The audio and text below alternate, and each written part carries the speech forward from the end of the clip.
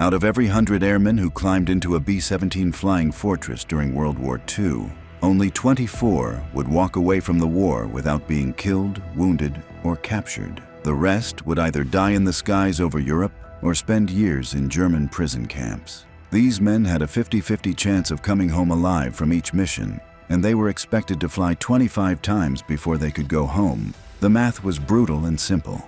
It was statistically impossible to survive. The Boeing B-17 Flying Fortress was supposed to be America's unstoppable weapon in the skies over Nazi Germany. Its name suggested strength and protection, but the reality was far different. This aircraft became a flying coffin for tens of thousands of young Americans, and the reasons why reveal one of the most tragic miscalculations in military aviation history. By the time the war ended, nearly 71% of B-17 bomber crews were either killed or listed as missing in action. That's roughly 100,000 service members. The aircraft itself fared just as poorly. 4,750 B-17s were lost in combat operations, representing 37% of all the flying fortresses ever built. These weren't just numbers on a spreadsheet. Each lost bomber meant 10 dead or missing airmen, 10 families receiving telegrams they never wanted to read. The average age of a bomber crew member was just 25 years old. Most of these men were barely out of high school when they found themselves trapped inside aluminum tubes, flying through walls of flak and swarms of enemy fighters over the most heavily defended airspace in the world. The psychological toll was devastating. Approximately 6,000 men suffered serious combat disorders, with countless others experiencing symptoms that would haunt them for the rest of their lives. What made the B-17 so deadly wasn't just the enemy fire it faced, though that was certainly part of the problem. The aircraft itself was fundamentally flawed from a design perspective, and these flaws became apparent almost immediately when it entered combat.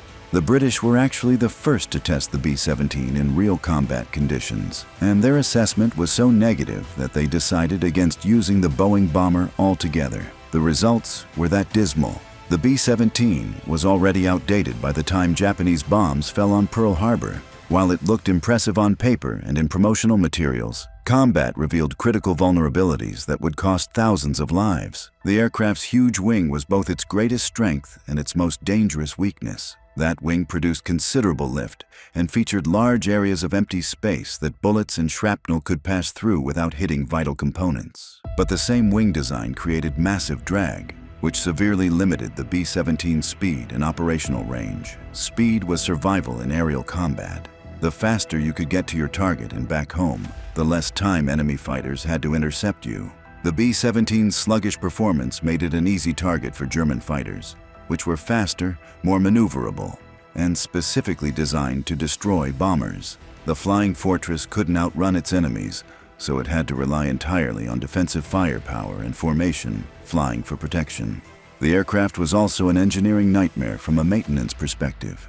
The B-17 was an all-electric airplane, while nearly every large aircraft that followed used hydraulically operated systems. The numerous electrical servos that operated the B-17's landing gear, flaps, and turrets required far more maintenance than hydraulic systems and were prone to failure at the worst possible moments. When your life depended on your defensive turrets working properly, electrical failures became death sentences. Experience quickly showed that the flying fortress was particularly vulnerable to attacks from behind. German fighter pilots learned to exploit this weakness, approaching from the rear where the B-17's defensive fire was weakest. This led to desperate design modifications, including the addition of tail gunners and dorsal turrets. But these changes came too late for thousands of airmen who had already paid the ultimate price. The bomb-carrying capacity of the B-17 was another critical flaw that military planners seemed to ignore. It required 10 crew members to deliver just 4,800 pounds of bombs to a target. Other bombers, like the British Lancaster, could deliver much heavier payloads with fewer crew members, making them far more efficient tools of war. Every B-17 mission put 10 lives at risk for a relatively small bombing payload, a terrible exchange rate that should have been obvious to anyone doing the math. But perhaps the most devastating proof of the B-17's vulnerability came on October 14, 1943, during what became known as Black Thursday. 291 B-17 flying fortresses launched an all-out offensive against ball-bearing production plants in Schweinfurt, Germany. It was supposed to be a decisive blow against German industry, but it turned into one of the worst disasters in American aviation history. Of those 291 bombers that took off that morning, 60 were shot down over Germany. Another 17 were so heavily damaged that they had to be scrapped immediately upon landing. 121 others returned with varying degrees of battle damage. The losses represented over 26% of the attacking force. But the human cost was even more staggering. 650 airmen were lost out of 2,900 who participated in the mission. That's 22% of the bomber crews killed, wounded, or captured in a single day. The losses were so catastrophic that American air crews could not, statistically, survive their required 25 mission combat tours. The American official history of the Army Air Forces acknowledged that losses had been so great that the 8th Air Force had temporarily lost air superiority over Germany. They wouldn't return to Schweinfurt for 4 months, and Black Thursday became a turning point that exposed the fatal flaw in American bombing doctrine, the belief that mass formations of bombers could defend themselves against enemy fighters. But even Black Thursday wasn't the worst single-mission disaster for B-17 crews. That distinction belongs to the 100th Bombardment Group, which became known throughout the 8th Air Force as the Bloody 100th due to their horrific casualty rates. In 22 months of combat operations, this single unit lost 732 airmen and 177 aircraft. Of the original 38 pilots who began combat operations with the group, only 4 survived to complete their 25 mission tours. That's a 10% survival rate. The 100th's most devastating mission occurred on October 10th, 1943, during a raid on Munster, Germany. 13 B-17s from the group took off that morning.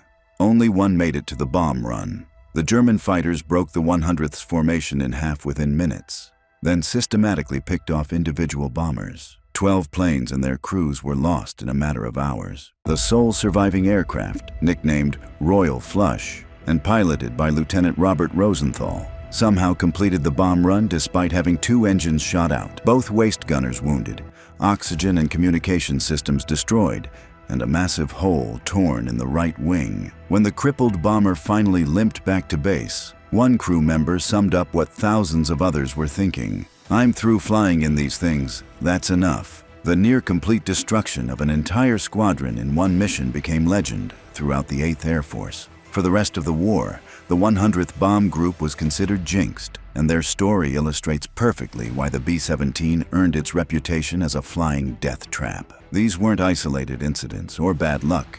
They were the inevitable result of sending inadequately protected bombers deep into enemy territory against determined opposition. The men who flew these missions knew the odds, but they climbed into those aluminum coffins anyway because they believed they were fighting for something bigger than themselves. The tragedy of the B-17 Flying Fortress wasn't just about individual missions or unlucky crews. It was about a fundamental misunderstanding of what modern aerial warfare demanded. American military planners had convinced themselves that heavily armed bombers flying in tight formations could penetrate deep into enemy territory and return home safely. They were catastrophically wrong. The numbers tell the story that no amount of propaganda could hide. For every mission flown, bomber crews faced a coin flip between life and death. The psychological pressure was unbearable. Men watched their friends disappear in balls of fire or spiral down with dead engines, knowing they might be next. Some cracked under the strain before they ever reached their target. Others made it through their tours but carried the trauma for the rest of their lives. What made it worse was that many of these deaths were preventable. The design flaws in the B-17 were apparent from the beginning, but production had already ramped up,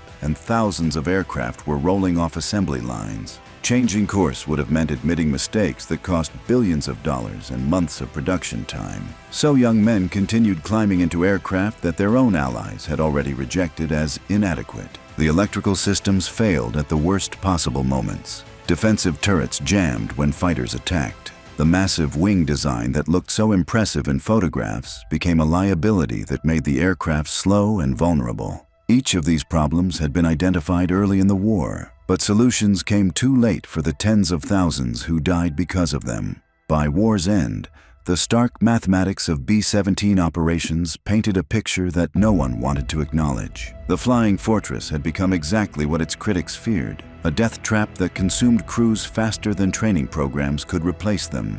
The men who flew these missions deserved better aircraft, better planning, and better protection. Instead, they got a bomber that looked formidable but couldn't deliver on its promises when it mattered most. The B-17 Flying Fortress wasn't just inadequate for the mission it was given. It was a tragic example of how good intentions and patriotic rhetoric couldn't overcome fundamental design flaws and strategic miscalculations. The price was paid in blood by the bravest men of their generation.